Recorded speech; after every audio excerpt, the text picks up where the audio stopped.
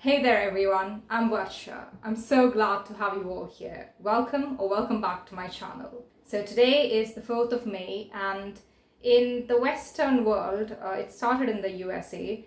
It's usually the month to commemorate Asian and Pacific Islander heritage, so it's API month.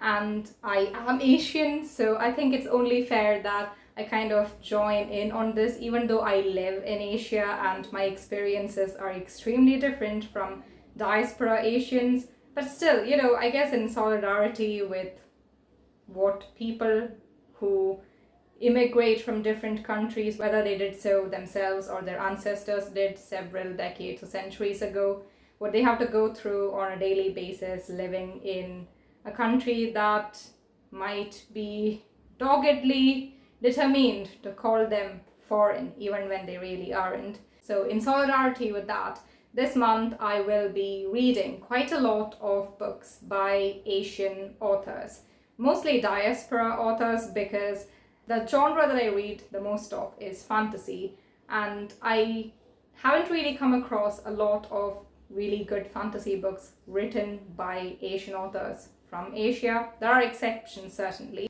but most of the books I read are published in the Western world, unfortunately. So in this video, I'm going to challenge myself to read as many Asian fantasy books as I can, because fantasy is my favorite genre and I'm really excited to get to a bunch of the books that I will be attempting to read in this video.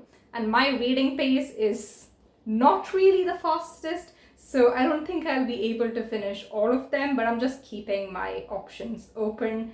And yeah, let's just do a quick TBR of the books that I've planned to read for this video. The first book amongst them is this short story anthology by South Asian authors based on South Asian mythology and folklore called Magic Has No Borders, and it's edited by Samira Ahmed and Sona Charaipotra. And this is something that I saw on Goodreads when I was just trying to look for more South Asian inspired fantasy, and I thought, well, this seems like a great opportunity to pick it up, because reading an anthology means you can get a little taste test of a lot of different authors, and then I can go on to explore their full-length works, which would be really fun. And I am about 2 short stories in so far. I've started the 3rd one, and I've got to say, they do start out really strong, but then I feel like they're missing a little something, maybe because they're YA, and I don't know, if full-length YA novels miss the mark most of the time, then you really should cut short stories some slack, because there's a limit to how much you can achieve in a short page length. But I still think it's really fun to read these short stories. The second one was actually really creepy. I was reading it at night and I did get scared. The atmosphere was great, but then it felt like there were a few plot holes in there. The first short story, on the other hand, was more edgy, and it was a whack time, that's all. And because so far they've all been retellings of Hindu myths so far, I really hope there's more diversity in the future. But yeah, the first short story was a retelling of a myth I hadn't even heard of. It's the myth of Behula and Lakhinder. And so this book has been educational because I'm learning about myths that I have earlier not even encountered. But yeah, I have high hopes for that. Hopefully the next few short stories will blow me away. And it's good to have a few short stories in between reading the longer books that I have. The rest of my selections are all full-length novels. So firstly, let's go through my physical TBR. I have The Girl Who Fell Beneath the Sea by Aksi Oh. This is a book that I acquired last year, and it's based on Korean mythology and folklore. As we follow our main character, whose brother's fiance is selected to be the sacrifice to the sea god, because in their village or seaside town, they believe that it's necessary to keep the sea god pleased by providing human sacrifices every year, usually a girl of about 15 or 16, to be his bride. And once the sea god finds his true bride, then all of the natural calamities that they have been facing will cease. But because the main character really loves her brother and also her future sister-in-law. She doesn't want them to be heartbroken and the other girl to be dead, so she volunteers in her stead and she gets tossed into the sea, and then the story happens, I guess. And I'm really excited for this because the cover itself is super gorgeous, and I've heard that there's a kind of spirit realm in this that's done really well and is reminiscent of a Ghibli movie. So I'm super excited. Hopefully this will be great. And my next pick is Foul Lady Fortune by Chloe Gong, and this is part of I don't know what it's called, These Violent Delights, that world. I have read the original duology, These Violent Delights and Our Violent Ends, and I didn't really like them. I hated the main character, Juliet. She was alright in the first book. In the second book, she was just despicable. I didn't really care for most of the characters. I don't particularly like the setting because it is set in 1920s in China, so during the Minguo period, the Republican time, and I have watched a few like C-dramas set in that time period. I just don't like it. I don't know why. I don't like the vibes. I read those two because I wanted to see why they are so popular, and I don't get it. I thought it was just weird. But this book follows the only character, well, one of the only two characters I found tolerable from that duology, and that is Rosalind Lang, Juliet's cousin. And I won't go into what this book is about in detail because it could potentially spoil the original duology. But this is from her perspective, and I thought she was a really cool character, the only sensible, practical one amongst them all. And I'm so excited for her to have her own story. This is a monster of a book though. It's like over 540 pages or something, and it's a giant hardcover too. So I don't really think I'll be able to finish it this week. But let's be hopeful that I will be. Those are the only two physical books on my TBR, and one of them is borrowed, so I'll have to return this soon. This one is mine, but I'm trying to get through my physical TBR before I go off to university in 2 months' time. So these are high priority reads.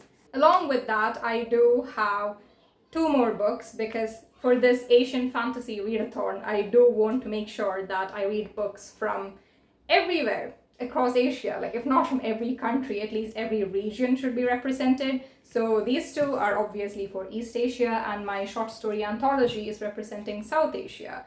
And now to represent Southeast Asia, I have a middle grade book because middle grade is my favorite age range to read from, and that is A Wish in the Dark by Christina Soonthornwap, and it is inspired by Thai mythology and folklore, and I think we're set in this kind of floating city, kind of like an extended version of the floating markets that you can see in Thailand. Think of the one in Pattaya, but like larger. And our main character is this boy who was born in a prison, and he one day escapes the prison and runs away, and the jailer's daughter is tasked to bring him back. They're both the same age.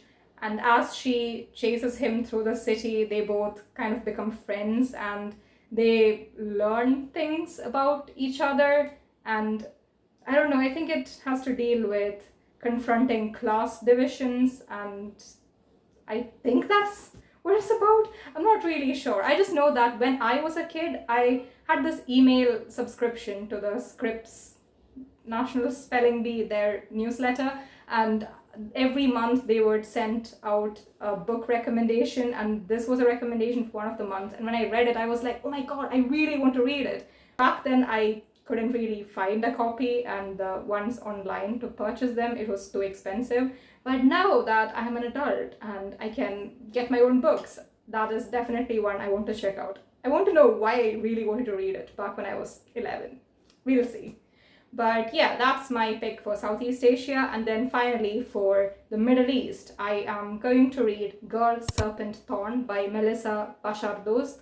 And this is based on Persian mythology, and it follows a princess who, I think she has a kind of condition where she's just not on the house arrest, but like she is like just confined to the palace. And then one day her brother is getting engaged, and something happens like beneath the palace, there's like this maze, and there's a monster in the maze, kind of like the Minotaur. And I don't know, it's like I've heard the book described as an anti-heroine arc, and it has a sapphic romance and a bi MC, but that's basically all I know about it. But it sounds cool. It sounds like very different from the usual kind of YA books, because the main character isn't even just morally grey, she's like, I think, outright evil. I don't know, it's giving me Malice by Heather Walter vibes. That's all. But yeah, that is my final pick. And I know you must have noticed that Central Asia is missing. And I really did try to find fantasy books from Central Asia, but I did find a few that were based on, Central Asian mythology and I guess the geography and history, but those aren't really written by Central Asian authors. Think of K. Arsenault Rivera. I think they have something based on Mongol history. And there's another series, something about the Stels of the Earth. I'll just put them up on the screen because I cannot remember the names right now. But yeah, those two are very Central Asian inspired, but because the authors aren't from there, I'm trying to read by, Asian authors this month. So I won't be picking those up, but I'm really interested in them. I will get to them eventually. But one book from Central Asia that is fantasy by a Central Asian author that I highly recommend is Batu and the Search for the Golden Cup. It is a middle grade fantasy, and it really weaves together mythology and culture of Kazakhstan. It is written by a Kazakh author from Kazakhstan, not diaspora, actually from there, and it's actually a translated work too from Russian. So definitely go check that out if you can get your hands on a copy, because it was truly excellent, 5-star read. But yeah, that's the only one I can think of, and I've already read it last month, so yeah, that's that. And as for Pacific Islander fantasy, one I read again last month was Dragon Fruit by Makia Losier, also incredible, highly recommend. But I couldn't find another one that really suits what I'm looking for right now. But I'm sure there are some out there, so if you do know any, do leave your recommendations down below and I'll be certain to check them out. But for now, yeah, that's the TBR. I hope this hasn't been too long, and I will keep you updated throughout the week as I read these books that I've picked out.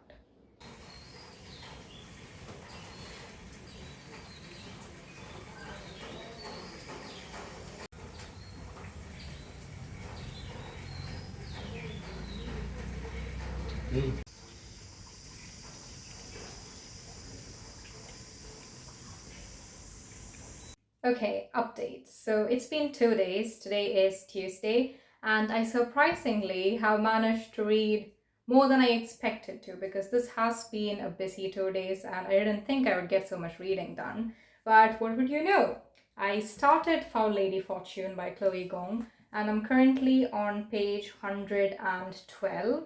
And I think I'm going to read to the halfway point of this book, which means I'll be there by maybe the day after, and then I will focus on reading The Girl Who Fell Beneath the Sea right here. So once I reach about 50% through this, it's time to read The Girl Who Fell Beneath the Sea.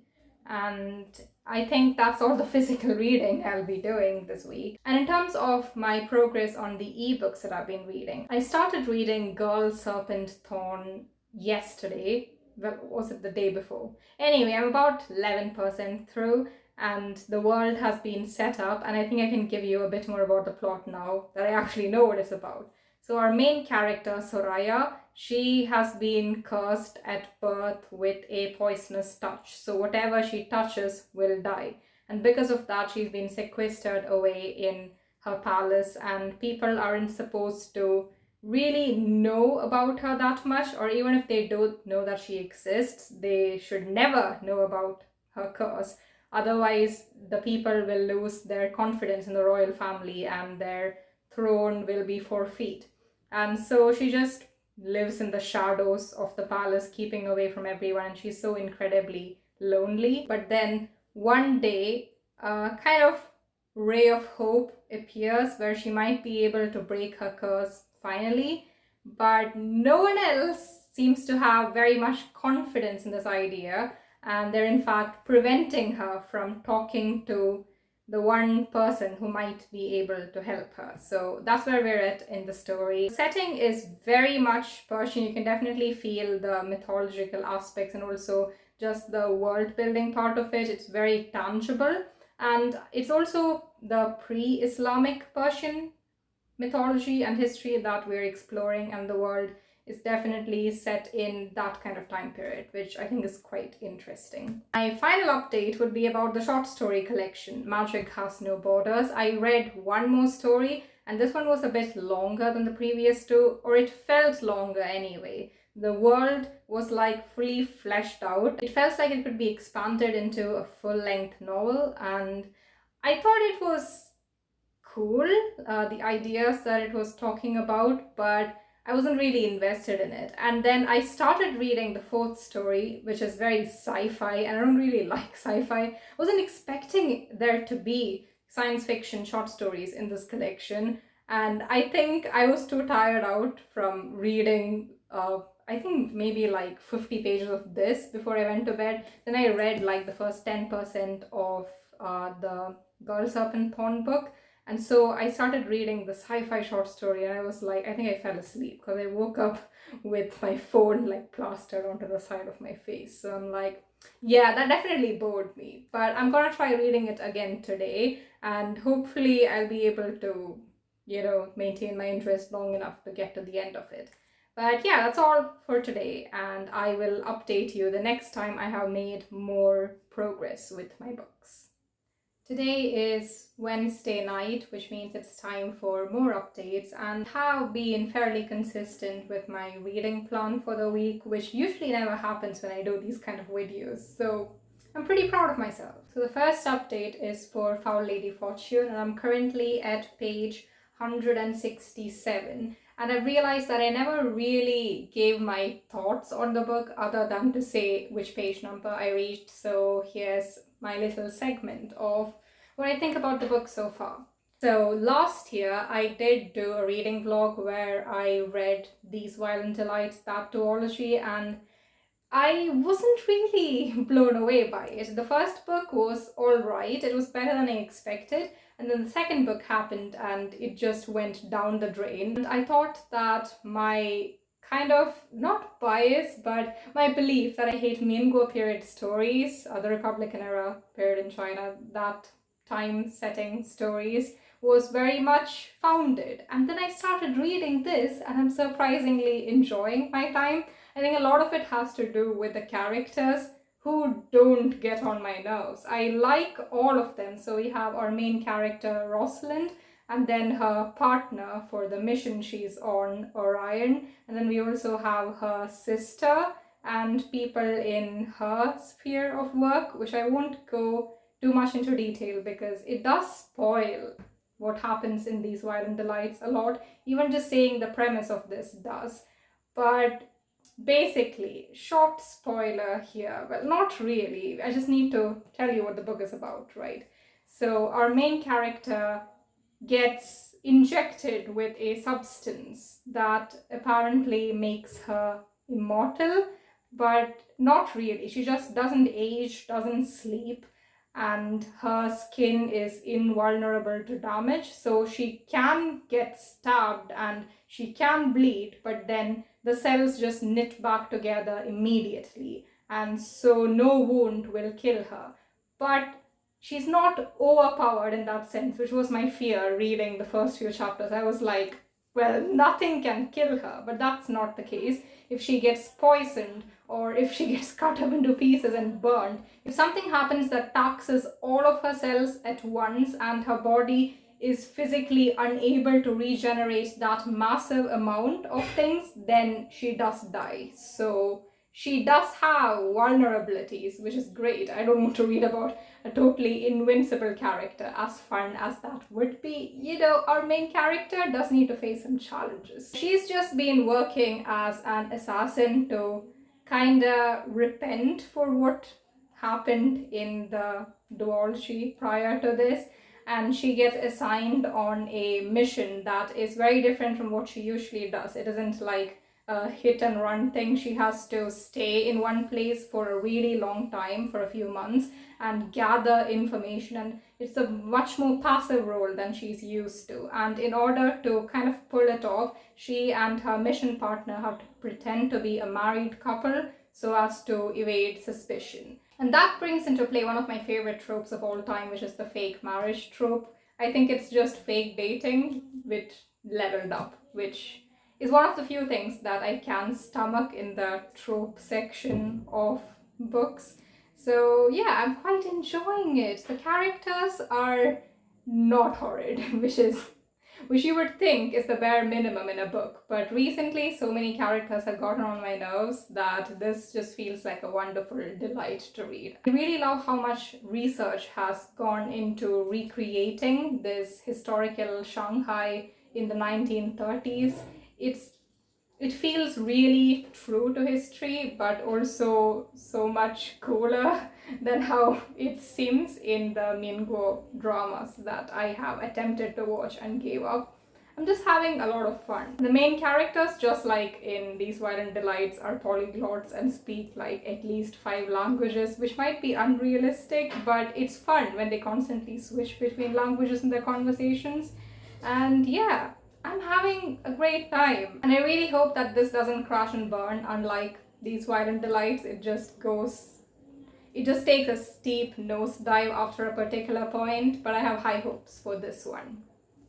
And then I still haven't started The Girl Who Fell Beneath the Sea because, I want to reach to the halfway point of this.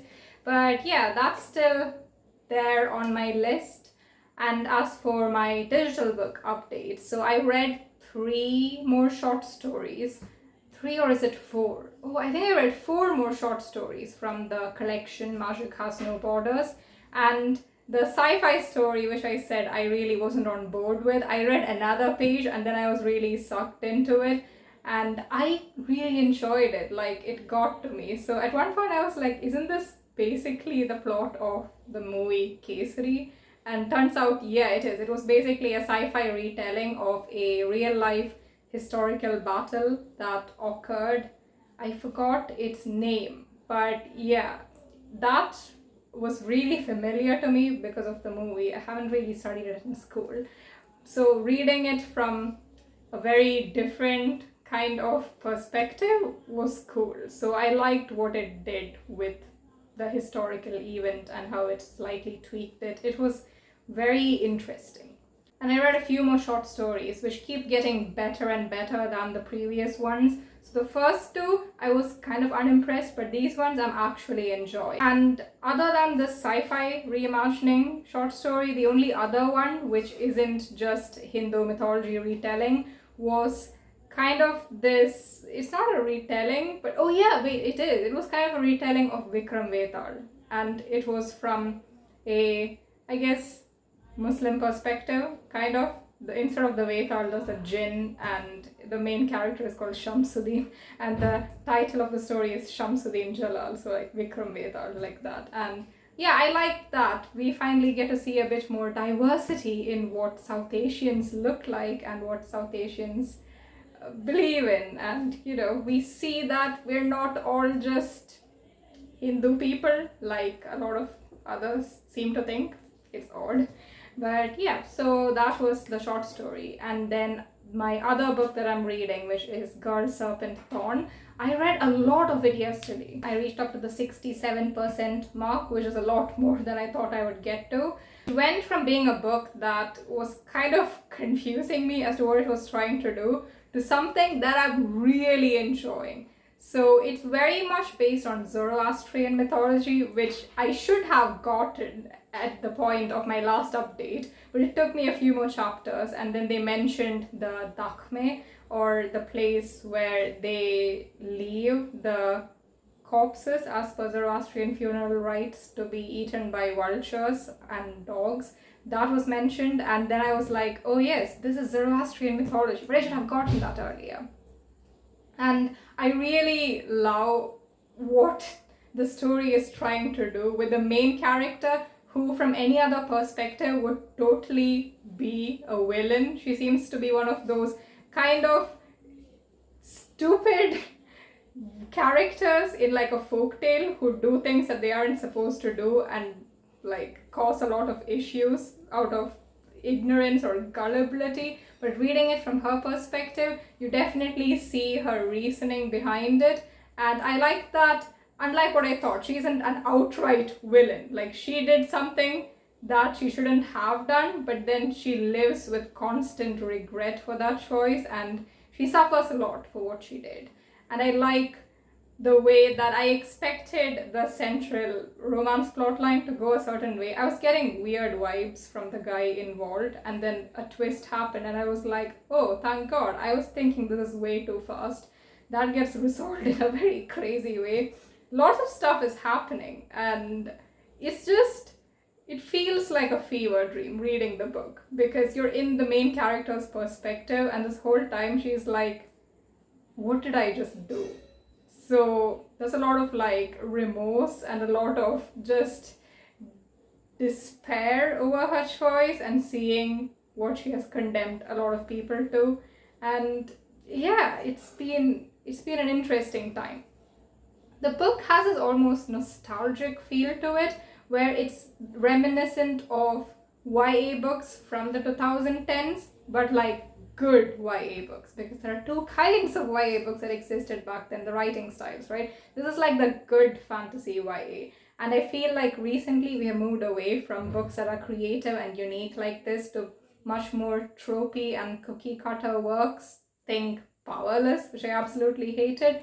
And this just reminded me that YA books can be good. They don't need to be tropey. This book doesn't have a single trope, actually. It's all very fresh and new and super interesting. This just reinforces my belief that we truly should read as diversely as we can, because when we do that, we don't have to read the same tropes over and over again. We don't have to keep getting stuck in the same like story loops or character setups. We can read so much more creative and vibrant worlds just waiting for us out there if we just step out of our usual comfort zone and read more broadly. And I don't have to really strain myself out of my comfort zone for this video, because this is the reading that I always do. I always read a lot of diverse fantasy, especially books from different Asian cultures. I really love reading that. It's like one of my niche favorites. But this is making me read a lot more of that per month than I usually do, which I'm really enjoying, because why don't I do this every month? So yeah, that's just my update for now. And I'll catch you in my next one, where I'll hopefully have finished a book or two. We'll see. Today is Friday, and once again, I have actual tangible progress to report.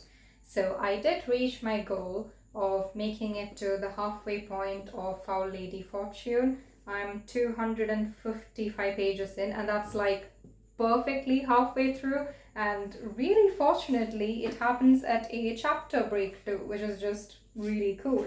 Honestly, I'm a bit sad to have to stop this book halfway through, because I'm really enjoying my time. And technically, I could have finished this book in this week, but that would mean not picking up The Girl Who Fell Beneath the Sea, which is something that I did start. So I reached up to page 88 of this book, and I think I started it late yesterday night, read a few pages, and then the majority of the progress has been done today. And this book is, how do I put it? I am really enjoying it. The writing is so lyrical and gorgeous, but it's kind of a detriment to my reading pace, because the writing is so beautiful and poetic that I have to take my time to really soak it in and gradually read it and fully digest it. And kind of blazing through it for a reading challenge is not the way to go about this book.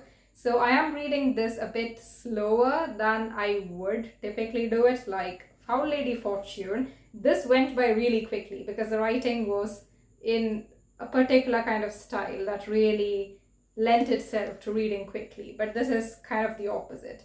But I'm enjoying the very incredible folklore atmosphere, And I was right about it having the Studio Ghibli film Spirited Away vibes. I haven't watched the movie, but when you're around on the internet, you're kind of just exposed to so much Studio Ghibli content, especially Spirited Away, which is one of its most popular movies. So yeah, I am thoroughly enjoying my time. I like our main character. She seems to be someone with a spine, a great will of steel, and she's very determined. I like that in main characters. So yeah, that's The Girl Who Fell Beneath the Sea, and I don't think I'll be able to finish it by tomorrow, which is the end point I've kept for this challenge. Maybe I should postpone it to day after tomorrow. So Sunday evening, because I started the challenge last Sunday evening. So might as well make it last an extra day. And if I do that, I might be able to finish this, though I'm not really sure because I am taking my time after all.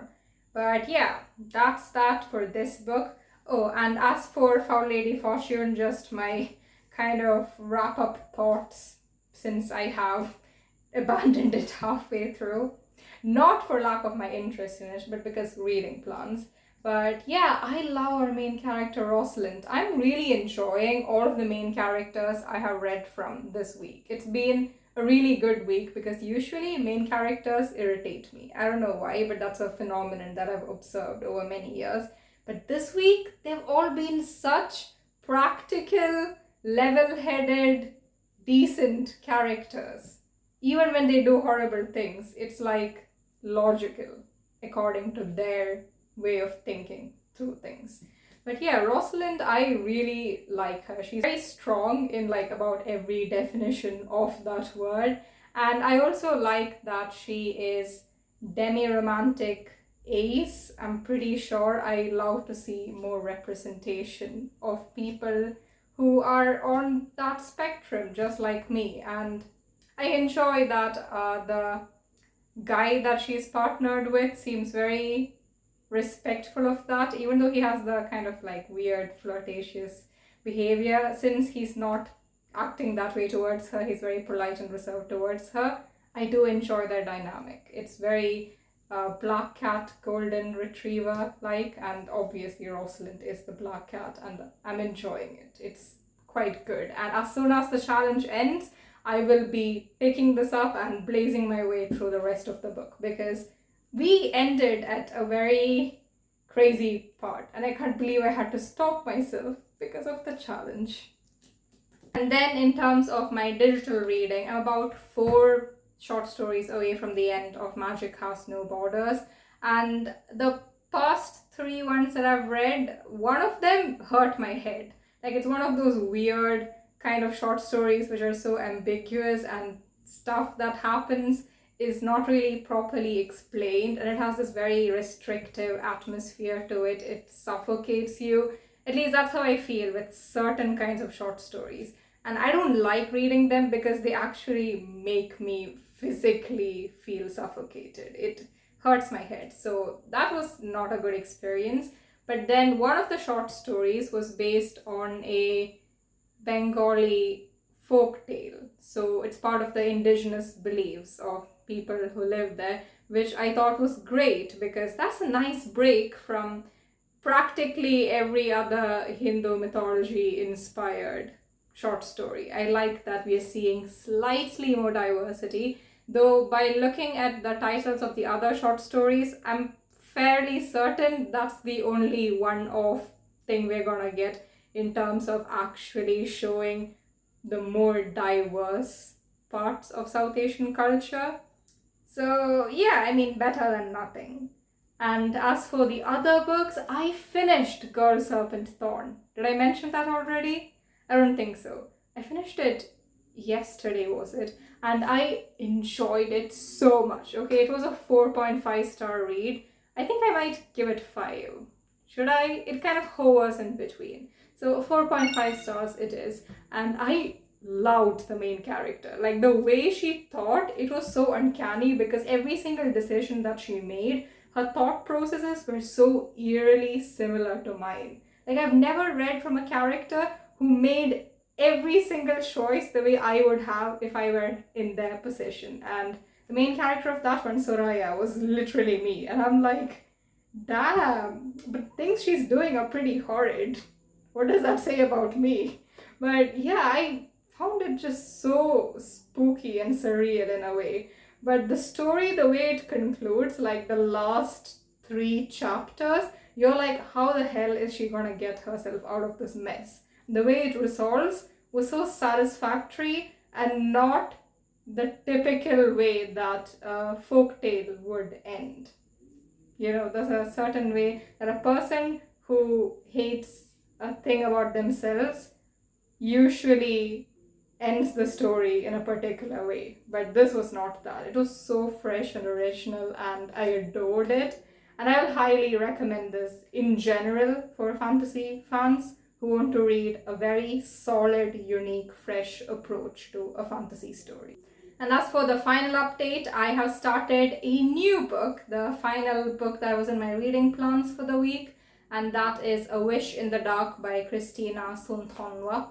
I started it yesterday and I'm about 12% through, and it's really fun. Like, it is a middle grade, so the writing style is pretty different from the other books I've read this week, which have all been YA, but I'm quite enjoying it because I love middle grade, as I have kept rambling on this channel for many months now. The main character has this extreme sense of righteousness to him.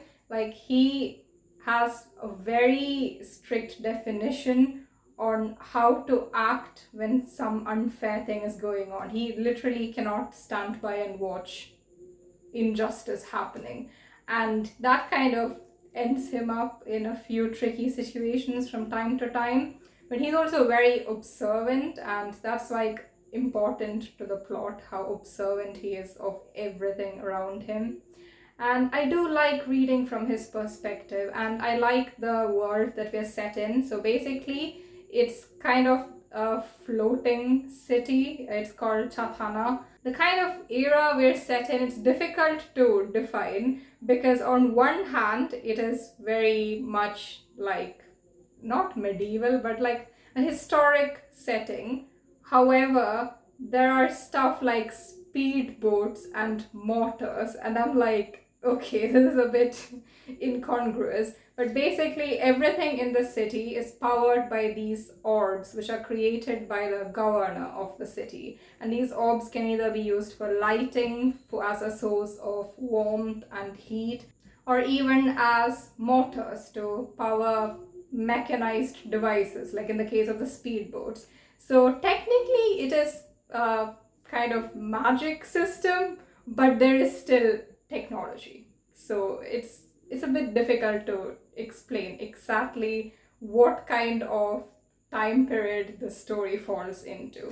But it's been fun, and I know that there will be a lot more commentary on social injustices, which is gonna be made later in the story. I've just started out, but that theme is still very strong, and I'm looking forward to seeing where the story goes. And yeah, that's all. This one has been most likely my longest update as of now, and I guess I'll just be popping in day after tomorrow with my final thoughts on all the books, trying to keep that as concise as possible. And yeah, that's all for today. See ya in my final update. So here we are on the final day of the reading challenge with a lot of updates. And this is just gonna be the mini wrap-up segment, so I'm not gonna go into too much detail about any of these things, because I've talked about the books pretty in depth throughout this video, right? So let's just keep this short and sweet. So I'll talk about the books that I didn't manage to complete first, but ones that I did make a solid chunk of progress on. So, Foul Lady Fortune by Chloe Gong. I am still at the halfway point. I didn't read anymore. I'm 256 pages through. And from what I am feeling about the story so far, this is gonna be a 4-star read, because I'm enjoying my time. It's pretty cool. But it's still Mingo period, and there's a limit to how much that can enthrall me, and the threshold has been reached. So yeah, I'll definitely be finishing this after this reading challenge is over, so I'll be picking this up maybe tomorrow or in the coming week. So yeah, that's that. And the next book is The Girl Who Fell Beneath the Sea by Axio, and I am 118 pages through this. And once again, this is the book that I thought I would finish in this readathon. Unlike this, which I had made clear plans for, this unfortunately didn't happen because the writing is just too good to be like, read quickly, blitzed through. So here I am, maybe like a third of the way through the book. And this is one that I am happy to take my time to read, and I'm enjoying it quite a lot so far. And this feels like a 4-star read too, because nothing really crazy has happened so far to blow me out of the water. So it just remains a very solid 4-star read. And enjoyment wise, I can't rank one over the other because these are two very different books. But yeah, I would say this is faster paced to read than this.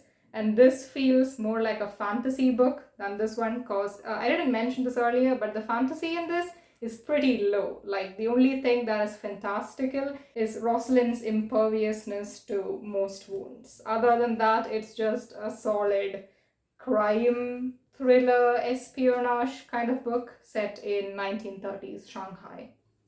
And now for books that I have completed. So I already updated this one in my last clip, I think. That is Girl Serpent Thorn by Melissa Bashar Dost.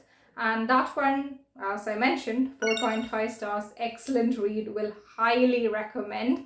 And I've never related to a main character more, this year at least. So pretty uncanny in that aspect. Then I finished my other two books as well, because today I just sat myself down and I told to myself, you can't just end this reading challenge having read one book and in the middle of 4 others. You've got to read and complete a few more books. And yeah, that's what I did. So firstly, I finished that short story collection of South Asian inspired stories, Magic Has No Borders. And that one, I would overall give it a 3.5 star rating, because firstly, most of the stories didn't really hit as much as I wanted them to. There were 2 or 3 duds in there, which I really didn't enjoy the experience of reading. And most importantly, my final reason is that it wasn't as diverse as I expected. Being from a part of the subcontinent, a state in India which isn't really represented in mainstream media that much, I expected this, but that doesn't mean I'm not disappointed.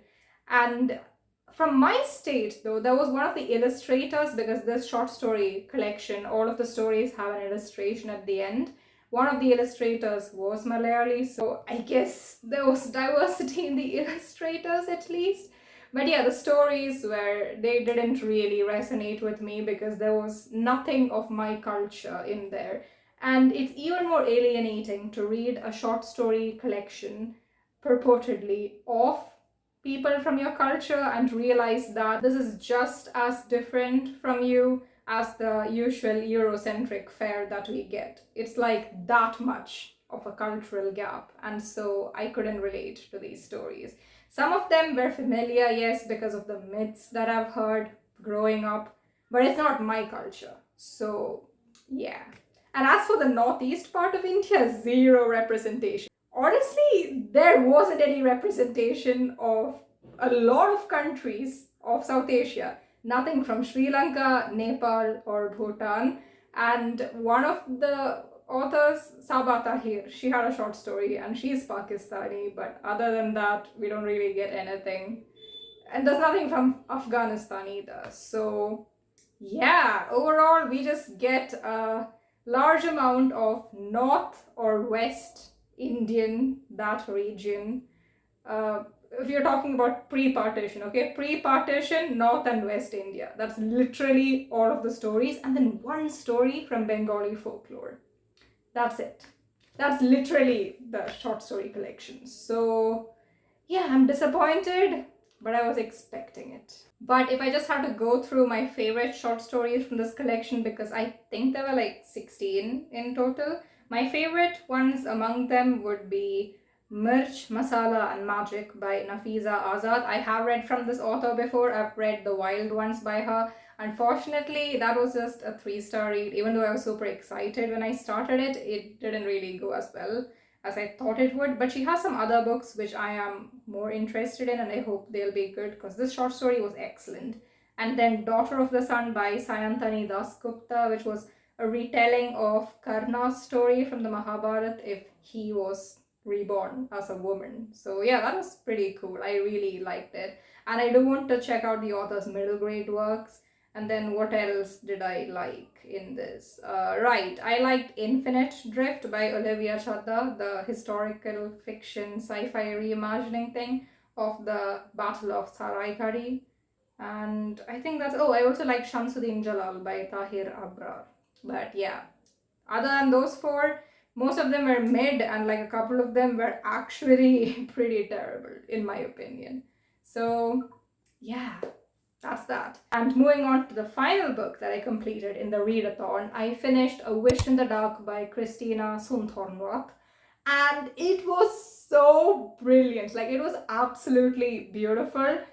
I would give it 4.5 stars because I have read some 5-star middle grades, and this one didn't blow me away as much as them, but it was still an excellent book. It was actually a Newbery Honor book the year that it came out, and I totally understand, because its themes of like standing up to injustice and talking about broken systems, class divisions, all of that, it was done so well. And the ending was pretty realistic, because usually we have the dismantling the government stories and it's just done in an idealistic way. And this one, it was solved somewhat easily, but in the context of the story, it makes sense. Because in this, you only had to take down one person to save the day. But usually in the stories that we see, the fantasy stories, you have to take down a whole existing government. So when that is resolved easily, it's unrealistic, but taking down a single person and solving the problem, in this, it was done realistically in the context of the story. So yeah, absolutely brilliant. It is actually inspired by Les Miserables. I hope I'm pronouncing that correctly. You know that famous work by Victor Hugo? Yeah, that one.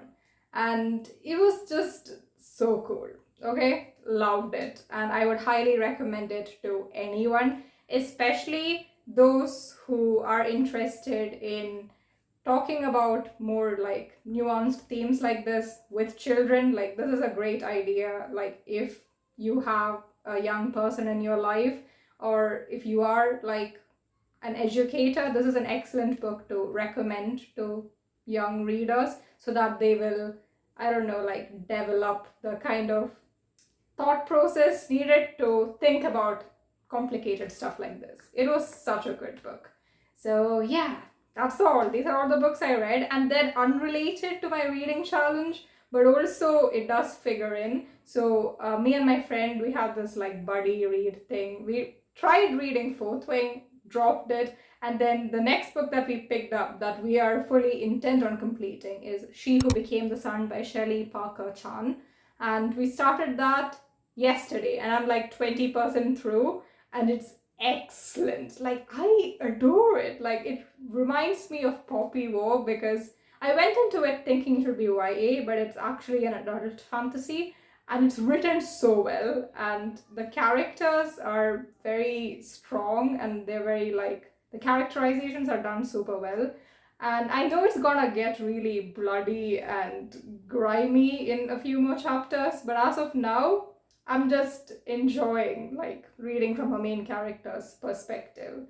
And it's kind of odd how this week I have read 2 books where the main character spent a few years as a monk. So A Wish in the Dark, our main character Pong spends 4 years as a monk, and in this one our main character Drew also spends like, I don't know, 8-9 years as a monk. So if I had a penny for each time my main character in a book spends a few years as a monk, I would have 2 pennies, which isn't a lot, but it's weird that it happened twice in a week. So yeah, that's all for today, and I hope that you enjoyed this video, and if you made it till the end, I hope that you've taken away some good recommendations from this. I would recommend all of the books that I read this week. As you saw, most of them are 4 or 4.5 star reads.